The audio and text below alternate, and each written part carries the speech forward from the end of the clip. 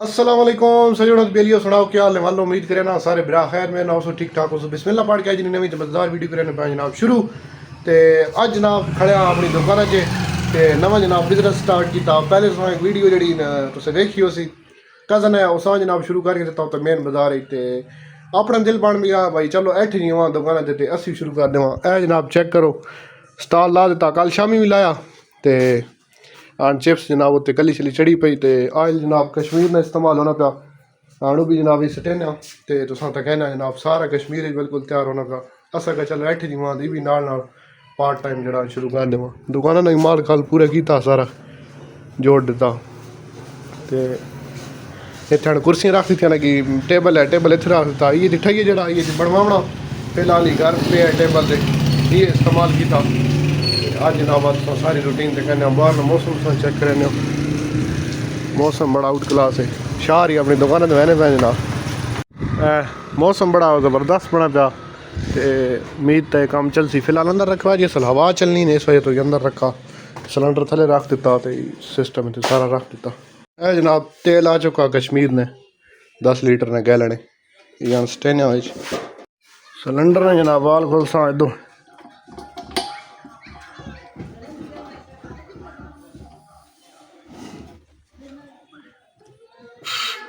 जी gas आ गई है चाह पिस्तौल जी आग लग गई तेल भी पा देता जनाब साफ जाके जनाब आ गया उन्होंने चिप्स ऑर्डर देता घ्यो खोल देता दूसरे सिस्टम भी पता चलना पाया बच्चा आया जनाब नसवार कर काका दो दुकानदारियाँ चलावनियां ना जी चिप्स जनाब बाकी लोग बनाना लेकिन मैं जरा अलहदा तरीके बनीना स्पेशल जनाब सारे घरे ने इसमें मिसाले पे ने बाकी सिर्फ सादी बनाने ने तो इंशाल्लाह यासो एक बारी खैसो तो चस आसी तो अगे नालों वध आसी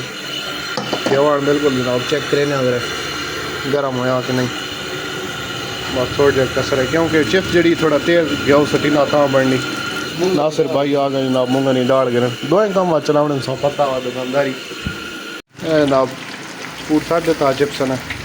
इस तो बाद समोसियाँ थोड़ी फ्राई करें ना तो रोल पहला पूल कट दिता तो माशाल्लाह जनाब गाहक आ गए बच्चे इना देने जनाब यह जी रोल ने पूर से जनाब छड़ दिता बस समोसियाँ या पंजाने ना सटता यह जी लोकेशन जड़ा ना 3 टावर तो मशीन वाली गली उसने सामने जनाब बिल्कुल मियाँ जी स्वीट्स एंड बेकर कैम बंदे को जनाब पूछ सकते हो जी मियाँ मिठाई वाले जनाब टाइम जनाब 11:15 हो गया तो नाल रूटीन जनाब सारी दसे शामी जरा काम ठीक होना इस टाइम तो जरा थोड़ा माड़ा तो वैसे भी जरा थल्ला इतनी रौनक नहीं होनी तो दूसरी ही गल है आखिरी तारीख इन जो आखिरी 20 तो बाद जो ध्याड़े होने खासकर 25 तारीख तो बाद इन 5-6 ध्याड़े बहुत औखे होने कम जरा बिल्कुल स्लो होने बंदे कुछ है होनी कोई बिल आ गया कमेटी आ गई दुद्धे ने राशन पानी बहुत सारे मामलात होने पहले तो करेना तनख्वाह शवा आवे नहीं पेंशन आवे नहीं वह निज़ाम शुरू हो गया ऐठा जनाब है पूर बना के सट्टे में चिकन वाले रोल भी फ्राई कर छोड़े सादे भी समोसे भी चिप्स भी पार आना मंगवाई तो वो चिप्स खाने पे जनाब ए जनाब चटनी जी असी माशाल्लाह बनाने पे आना चेक करो खालिस दही उसी बिल्कुल कोई मिलावट नहीं है घट ही है जी चटनी सा कदर ही पूरे मुल्तान ना मिल सी लो जनाब अपनी दुकान जरा बंद की ते आया जट गिद्धे इन्हों पोतरे ने ठइए तो आया इन्हों घर की मुत्ता मैं रोटी शोटी खाओ